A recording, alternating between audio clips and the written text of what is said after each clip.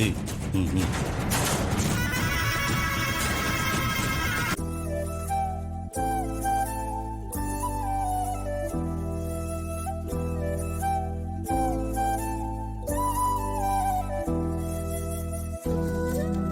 தம்பி, இன்னும் கொஞ்ச நேரத்துல சொக்கப்பானை கொளுத்த போறோம். எங்க கிராமத்துல பொங்கல் டயத்துல இதை செய்யறது ஒரு சம்பிரதாயம். இந்த வருஷம் எங்க கிராமத்து சார்பா நீங்க தான் உங்க கையால சொக்கப்பானை கொளுத்தணும். ஐயா, சில்வர் பானை கேள்விப்பட்டிருக்கேன், வெண்கல பானை கேள்விப்பட்டிருக்கேன். அது என்னங்கயா சொக்க பானை? அப்படி ஒரு பானையை நான் கேள்விப்பட்டதே இல்லையே.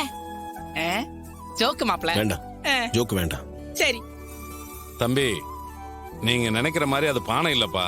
தென்னை ஓலை, பனை ஓலை, வைக்கல் எல்லாம் சேர்த்து அதெல்லாம் கூரை மாதிரி செஞ்சு அதை தீ வச்சு கொளுத்துவாங்க.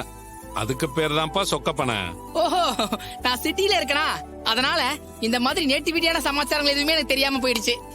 ஜோக்கா? இல்ல.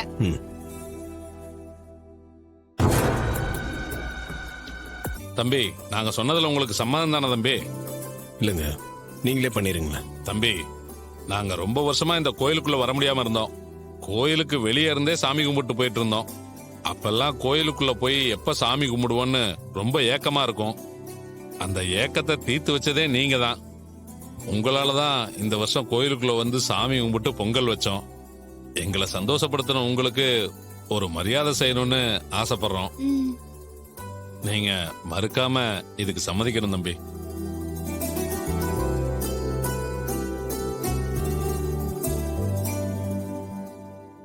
ஊர்க்காரங்க தான் இவ்வளவு தூரம் சொல்றாங்கல்ல, ஒத்துக்கும்.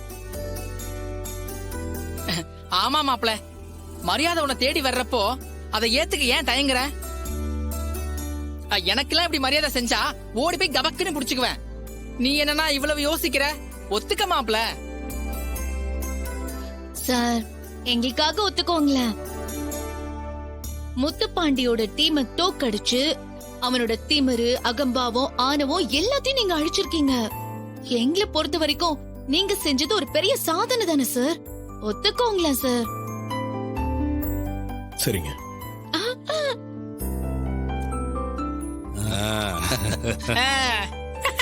ரொம்ப நன்றி சார்.